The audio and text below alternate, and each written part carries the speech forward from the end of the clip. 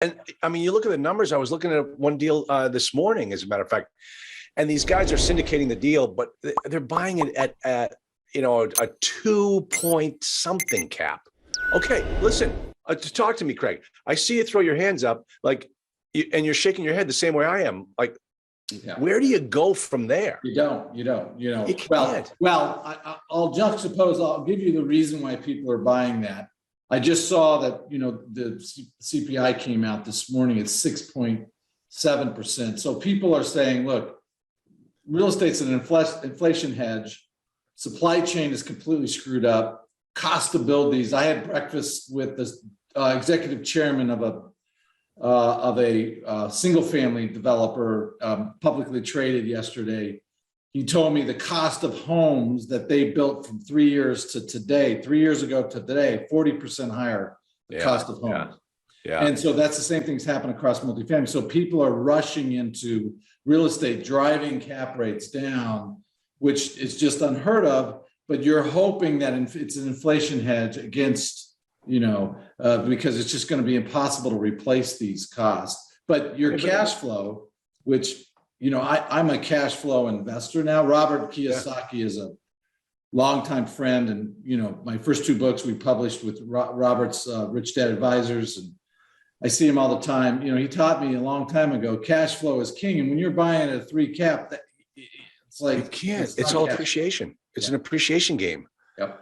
Yeah, that's nuts. It just doesn't make any sense. And you mentioned the supply chain issue, but this isn't driving up the cost of the housing by 40%. But this is it should be a temporary problem. I think you're absolutely right. So it's and they're cyclical. So if you look at this, just I do as an investor, and again, just so you know, I put money in 3 different multifamily deals this year. Yeah. We're investing this is a decade. This is not this isn't the very beginning of the cycle. The multifamily cycle has been going on. I've been telling, because I'm an office guy. We do 125, 150 office leases a year. And I'm saying, we have this saying, dear Lord, please give me one more cycle. I promise not to piss it away, right? And now I add, and let it be the multifamily cycle from 2018 to 2020, whatever. It keeps going. But I'm trying to figure out, how will it change? I mean, you and I are old enough to. I mean, if you read the book, where is it? Right here, Big Shifts Ahead. He tells guys, our age that. On average, the people in our generation are retiring with the least amount of equity in the history of generations on a per capita basis, just because we have lived through 3 cycles, and no other generation has lived through 3 cycles.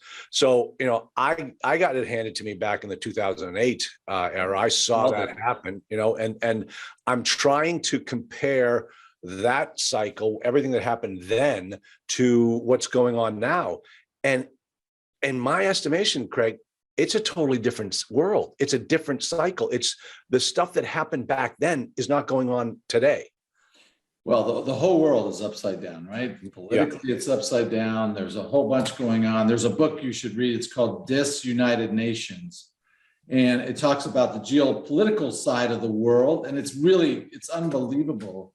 And, just the world itself. So you're putting real estate in the context of that. I still am bullish on real estate. As I said, I'm investing. I'm not buying what I do right now. I'm an office guy, but I'm not buying office today because we're in a kind of weirdness with the pandemic. Exactly. Yeah. But multifamily is, housing. People are growing, and if you're buying multifamily or residential or whatever it is in a growth market. So let me get back to the fundamental. And I say this all the time. I gave you my humble brag there. I'm the number 1 guy, but I've been in Arizona for 37 years, right? I'm a native Arizonan, but I've been doing this business in Arizona. So when the wind is at my back, I am so damn good. In 2009 and 2010, I sucked. Yeah. So if you're buying multifamily in growth markets, you can be bailed out because the market is going to continue to grow. Yeah. If you're buying in a declining market, it's a very hard thing to look at.